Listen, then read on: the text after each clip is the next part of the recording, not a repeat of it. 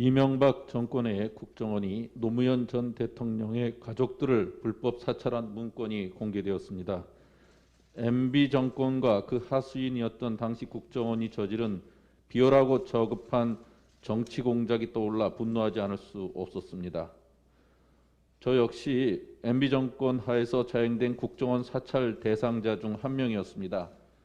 2017년 더불어민주당 적폐청산 특별위원회가 MB 정권의 문건 일부를 공개하면서 그 당시 31명의 야권 지자체장들에 대한 구체적인 사찰 정황이 드러났습니다. 우리 지를 비롯한 혁신적 정책을 선도하던 지방정부들이 정치적 표적 감사와 교부세 감액 등 여러 가지 불이익을 당해야 했던 이유가 확인되었던 것입니다. 문건이 공개된 후 저를 비롯한 11명의 시장구청장들이 국정원의 불법 사찰 행위에 대한 수사를 촉구하는 고발장을 검찰에 접수하기도 했습니다. 지난 연말 우리 당은 권력기관 개혁 과제 중 하나인 국정원법 전부 개정안을 통과시켰습니다. 이에 대해 국정원은 창설 이후 처음으로 해야 할 일과 하지 말아야 할 일이 명확해졌다며 스스로 의미를 부여했습니다.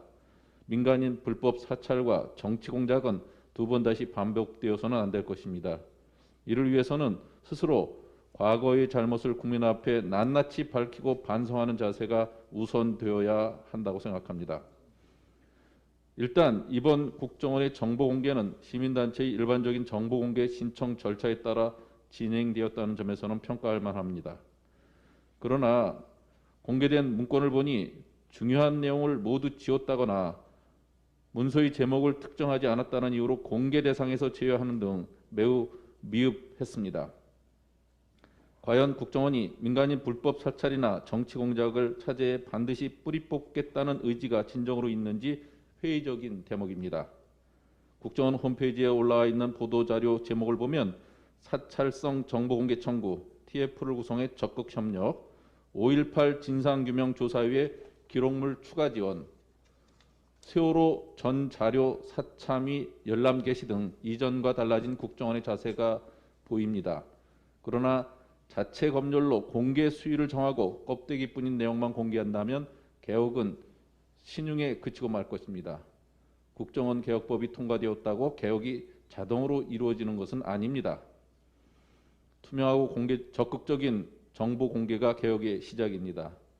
이러한 불법 사찰과 정치 공작 등을 통해 작성된 문건은 시간의 문제일 뿐 언젠가는 반드시 밝혀지게 된다는 경각심을 일깨워야 하겠습니다.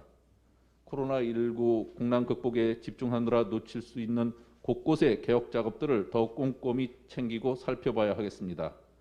지난 정권의 노무현 대통령님 가족 불법 사찰을 비롯해 이번 국정원 정보 공개 건에 대해서도 국회 정보위원회에서는 보다 철저히 조사하고 다뤄줄 것을 적극 요청합니다. 이상입니다.